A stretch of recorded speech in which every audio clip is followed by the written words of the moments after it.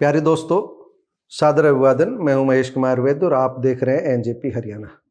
दोस्तों, आज एक बेहद गंभीर विषय पर हम आप लोगों से चर्चा करेंगे, आपसे संवाद करेंगे। बात एक सप्ताह पुरानी है, लेकिन घाव हरे हैं। बात राव नरवीर सिंह के 1 फरवरी को शिक्षा मंत्री महिपाल ढांडा की मौजूदगी में दिए गए उस भाषण की है, जिसमें उन्होंने अपनी सभा में मौजूद शिक्षकों से ही पूछ लिया, बताओ कितने शिक्षकों के बच्चे सरकारी स्कूल में पढ़ते हैं। जब हकीकत से सामना हुआ तो सब बगले झांकने लगे। बस एक ही शिक्षक हाथ उठा पाया। राव नरवीर सिंह सरकारी स्कूलों को पहले भी कई बार आईना दिखाते रहे हैं, लेकिन 1 फरवरी के उनके भाषण ने शिक्षा विभाग को इसलिए झकझोर दिया क्योंकि उस मंच पर शिक्षा मंत्री महिपाल ढांडा स्वयं मौजूद थे। तस्वीर उनके सामने थी। राव नरवीर का भाषण छोटा था, लेकिन हमारे पास शब्दों की कमी नहीं है। हम हरियाणा के पूरे हालात से आपको रूबरू कराएंगे। हरियाणा के हालात आपको बता देते हैं। यह वर्ष 2025 का आंकड़ा है। प्रदेश में 28 प्राइमरी स्कूल ऐसे हैं जहां एक भी विद्यार्थी नहीं है। 262 ऐसे स्कूल हैं जहां सिर्फ 1 से लेकर 10 तक छात्र हैं। 520 ऐसे स्कूल हैं जहां 11 से लेकर 20 तक विद्यार्थी हैं। इसी तरह 8 मिडिल स्कूल ऐसे हैं जहां छात्र संख्या 0 है। 12 स्कूल ऐसे हैं जहां छात्र संख्या 1 से 10 तक है और 73 स्कूल ऐसे हैं जहां छात्र संख्या कुल 11 से 20 है। हरियाणा के एक हाई स्कूल ऐसा भी है जहां एक भी विद्यार्थी नहीं है। चौंकिएगा मत, हकीकत यही है। 2025 दिसंबर के आंकड़े हैं। दोस्तों, इससे ज्यादा क्या कहें। राव नरवीर सिंह के अधरों पर मन का दर्द छलका था। ये पहले भी छलक चुका है, हम बता चुके हैं। हालांकि विपक्ष की सरकार में भी कोई उजली तस्वीर नहीं थी। कांग्रेस के राज में भी यही सवाल उठते थे, इनेलो के राज में भी यही सवाल उठते थे। किसी ने सरकारी स्कूलों की चिंता नहीं की, लेकिन भाजपा सरकार सुधार नहीं कर पाई, यह भी एक हकीकत है। राव नरवीर सिंह इससे पूर्व रेवाड़ी जिले के कंवाली गांव में आयोजित एक कार्यक्रम सहित कई बार यह बात उठा चुके हैं कि सरकारी स्कूलों के हालात अच्छे नहीं हैं। वह विशेष रूप से अपने बादशाहपुर विधानसभा क्षेत्र का उदाहरण देते हैं। आगे बढ़ने से पहले आप पिछले वर्ष उनके कंवाली में दिए गए भाषण और 1 फरवरी को गुरुग्राम में दिए गए उनके भाषण के वह मुख्य अंश सुन लीजिए जो आज के विषय से संबंधित है। ये सरकारी जो स्कूल है, ये मैं हर गांव में देखता हूँ। सब गांव में किसी में प्राइमरी है, किसी में हाई स्कूल है, किसी में +2 स्कूल है।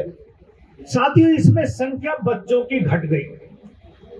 मैं अपने हल्के में भी जाता हूँ और जगह जाता हूँ, हर जगह मांग आज से 20 साल पहले आया करती, 15 साल पहले आया करती हमारे स्कूल को। अब पहला कोई मंत्री आता, कोई बाहर का आता तो मांग हुआ करती गांव की पंचायत की कि जी हमारे स्कूल को अपग्रेड करो। 8वीं का है तो 10वीं का करो, 5वीं का है तो 8वीं का करो, 10वीं का है तो 12वीं का करो।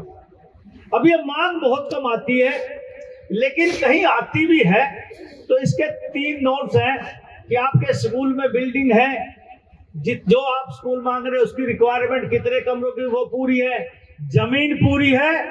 ये 2 चीज तकरीबन मिल जाती है स्कूलों में। लेकिन तीसरी चीज है कि बच्चे कितने हैं। जिस विधानसभा का मैं एमएलए हूं, 2% बच्चे गांव के लोग सरकारी स्कूलों में पढ़ते हैं। तो मुझे कहने में मंच के माध्यम से संकोच नहीं कि जिले गुड़गांव में जिसमें आप बैठे हैं, सरकारी स्कूलों की मैं हालात देखूं तो ईमानदारी से मैं अपनी विधानसभा में, मेरे यहाँ 78 गांव हैं और हरियाणा की सबसे बड़ी विधानसभा है। 2% बच्चे गांव के नहीं पढ़ते स्कूलों में, सरकारी स्कूलों में। अब आप सोचिए क्यों नहीं पढ़ते बच्चे। और खूब, जबकि इतनी माली हालत हर आदमी की अच्छी नहीं है। लोग हमारा आकलन करते जमीन की कीमत से कि गुड़गांव में जमीन का मालिक है, जमीन इतने रुपए गज होगी। हर आदमी के पास जमीन नहीं है भाई। लेकिन आम आदमी एक सीमित साधन में अपने परिवार का पालन पोषण करने वाला आदमी अपने बच्चों को कैसे पढ़ाए। प्राइवेट स्कूल में भी बहुत महंगी फीस होगी, लेकिन मजबूरन वो पढ़ाता है अपने बच्चों को प्राइवेट स्कूलों में। तो हमारे यहाँ जो बच्चों की संख्या है वो बहुत कम है। हर गांव का आदमी कहता है मेरा स्कूल अपग्रेड कर दो। हमारे स्कूल में बिल्डिंग भी है, जमीन भी है। ईमानदारी से 90% इसलिए स्कूल नहीं बढ़ते कि उनमें बच्चे पूरे नहीं है। और आप देखोगे उन्हें बच्चे कहाँ के हैं तो हरियाणा मूल का निवासी नहीं उनमें पढ़ने वाला। ये मैं हकीकत बता रहा हूं। और ये सब अध्यापक बैठे हैं, ये भी अपने, इनके सबके बच्चे प्राइवेट में पढ़ते हैं। इनमें एक आदमी खड़े करो जितने टीचर हैं, भाई किसका बच्चा सरकारी स्कूल पढ़ता, खड़ा करो। हो भाई, कोई खड़ा, एक आदमी ने हाथ उठाया। ये हमारी शिक्षा पद्धति होगी। भाई इसमें बदलाव की जरूरत है। दोस्तों, राव नरबीर सिंह ने चंद लाइनों में ही शिक्षा विभाग की पोल पट्टी खोल कर रख दी है। गुरुग्राम में हुआ यह घटनाक्रम अचानक सामने आया था। दरअसल मंच पर अपने भाषण के दौरान नरबीर ने अचानक अपने जिले और अपनी विधानसभा में सरकारी स्कूलों की दयनीय हालत की ओर मंत्री का ध्यान आकर्षित किया, बात करनी शुरू की। उन्होंने कहा कि आज सरकारी स्कूलों की हालत इतनी खराब है कि कोई भी अपने बच्चों को वहां पर पढ़ाना नहीं चाहता, और यही कारण है कि आज इस क्षेत्र में मात्र 2% बच्चे ही सरकारी स्कूलों में पढ़ते हैं। उनका यह कहना दरअसल उस गहरे अविश्वास को दिखाता है जो आम जनता के मन में सरकारी शिक्षा व्यवस्था को लेकर बैठ चुका है। नरबीर ने तो बातों ही बातों में इतना भी कह दिया कि सरकारी स्कूलों में पढ़े हुए बच्चों के तो शादी के रिश्ते भी आसानी से नहीं होते। यह कथन केवल शिक्षा की गुणवत्ता पर सवाल नहीं उठाता, बल्कि समाज में सरकारी स्कूलों को लेकर बनी मानसिकता को, बनी धारणा को भी उजागर करता है। यह बड़ा चिंतनीय विषय है। दोस्तों, शिक्षा मंत्री ने नरबीर सिंह को बीच में टोकने की कोशिश भी की और तर्क दिया कि सरकारी स्कूलों के नतीजे गैर सरकारी स्कूलों से अच्छे आए हैं, लेकिन नरबीर कहाँ मानने वाले थे, क्योंकि हकीकत उनकी जुबान पर आ रही थी। उन्होंने वहां पर मौजूद अध्यापकों से ही पूछ लिया, जो हमने बता भी दिया है आपको, कि किस किस के बच्चे सरकारी स्कूलों में पढ़ रहे हैं, और इसका जवाब सिर्फ एक ही अध्यापक ने दिया। आप समझ सकते हैं कि हालात क्या है। न टीचर अपने बच्चों को सरकारी स्कूलों में पढ़ाना चाहते हैं, न अधिकारी। इस पूरी घटना को अगर गहराई से देखा जाए तो यह सिर्फ मंच पर दिया गया एक भाषण नहीं है, बल्कि यह एक सच्चाई है जिसे सत्ता के गलियारों में शायद ही कोई खुले मंच पर स्वीकार करता हो, सत्ता के गलियारों में कोई सुनता हो। राव नरबीर का एक एक शब्द और एक एक सवाल शिक्षा मंत्री ही नहीं, बल्कि पूरे शिक्षा विभाग की कार्यप्रणाली पर चोट करता दिखाई देता है। उनका भाषण इसलिए महत्वपूर्ण है क्योंकि यह हमें यह सोचने पर मजबूर करता है कि अगर सरकार के भीतर बैठे लोग ही अपने बच्चों को सरकारी स्कूलों में भेजने को तैयार नहीं है, तो फिर कौन भेजेगा? फिर आम जनता से सरकारी संस्थानों पर विश्वास जताने की उम्मीद कैसे की जा सकती है? आम लोगों को नसीहत कैसे दी जा सकती है? क्या मंत्रियों के बेटे निजी स्कूलों में नहीं पढ़ रहे हैं? क्या अधिकारियों के बेटे निजी स्कूलों में नहीं पढ़ रहे हैं?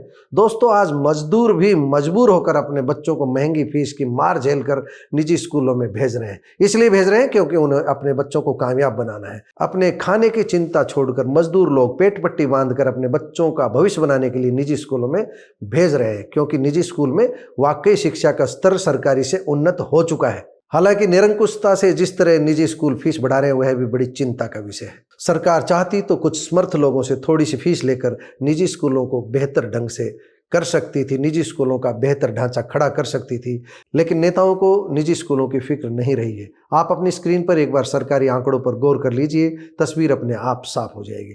दोस्तों, जब नवंबर 1966 में हरियाणा का गठन हुआ था, तब राज्य में प्राइमरी स्कूलों की संख्या 4344 थी और प्राइवेट स्कूल केवल 105 थे।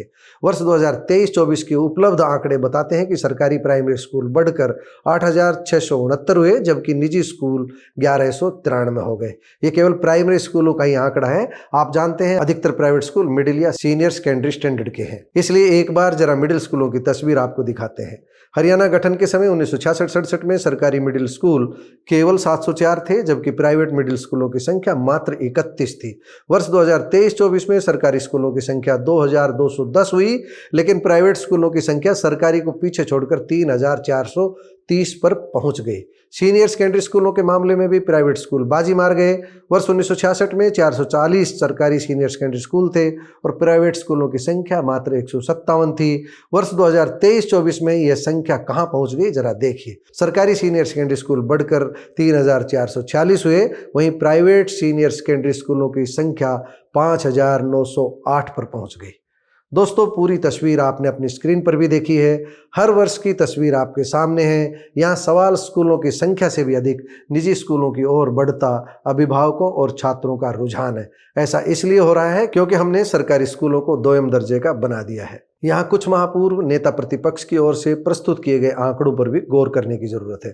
पूर्व मुख्यमंत्री भूपेंद्र सिंह हुड्डा के अनुसार वर्ष 2025-26 में हरियाणा के सरकारी स्कूलों में पिछले साल के मुकाबले 27,000 छात्र कम हुए, यानी इतने दाखिले कम हुए। हुड्डा ने सरकारी स्कूलों में घटती छात्र संख्या को लेकर जो कहा था, उसका उल्लेख हम इस वीडियो की शुरुआत में कर चुके हैं। हुड्डा ने एक बड़ी बात यह कही थी कि 10 साल से लगातार सत्ता में होने के बावजूद सार्थक पहल नहीं हुई। करीब 50,000 पद रिक्त हैं। टीचर्स से पढ़ाई का काम छुड़वाकर कभी मंडी और मेलों में ड्यूटी करवाती है सरकार, तो कभी परिवार पहचान पत्र बनाने जैसे कामों में भेज देती है। राजस्थान में तो गजब ही हो गया। कुछ दिन पहले एक गजब का मामला सामने आया।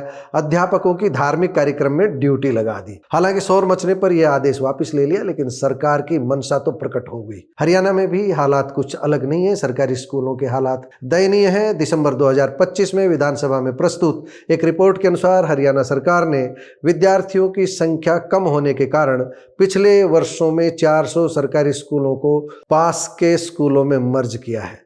इससे धुंधली तस्वीर शिक्षा विभाग की क्या हो सकती है। हालांकि बाद में शोर मचने पर, विरोध बढ़ने पर और सरकार के प्रवेश उत्सव जैसे प्रयासों से और बड़ी बात अध्यापकों की नौकरी बचाने की इच्छा शक्ति ने इनमें से 137 स्कूलों को विद्यार्थियों की संख्या बढ़ने पर दोबारा खोल दिया गया। यह जानकारी विधानसभा के शीतकालीन सत्र के दूसरे दिन शिक्षा मंत्री महिपाल ढांडा ने स्वयं दी थी। इनेलो विधायक अर्जुन चौटाला के सवाल के जवाब में दी थी। अर्जुन चौटाला ने यह सवाल पूछा था कि वर्ष 2019 से अब तक मर्ज किए गए स्कूलों और समायोजन के बाद दाखिलों में हुई वृद्धि का ब्यौरा दिया जाए। इसके जवाब में ही महिपाल ढांडा ने उत्तर दिया था। दोस्तों, दैनिक भास्कर की 3 वर्ष पूर्व की एक रिपोर्ट में भी यह बात उजागर हुई थी कि हरियाणा में स्कूलों के बंद होने का मुद्दा राज्यसभा में गूंजा था। तब एक सवाल के जवाब में राज्यसभा को बताया गया था कि हरियाणा में 292 स्कूलों को बंद कर दिया गया है। सरकार की ओर से दावा किया गया है कि इन स्कूलों को बंद करने की वजह कम छात्र संख्या रही। यहाँ 25 से भी कम बच्चे पढ़ रहे थे। सरकार की ओर से यह भी बताया गया कि सिर्फ 2 स्कूलों का ही विलय किया गया है। ये 3 वर्ष पुरानी बात हमने दैनिक भास्कर की आपको बताई है। संसद में उस समय बजट सत्र चल रहा था और केंद्रीय मंत्रालय की ओर से भाजपा के राज्यसभा सांसद डीपी वत्स द्वारा पूछे गए सवाल पर यह जानकारी दी गई थी, लेकिन मामला इतना उछलने के बाद भी कुछ नहीं हुआ।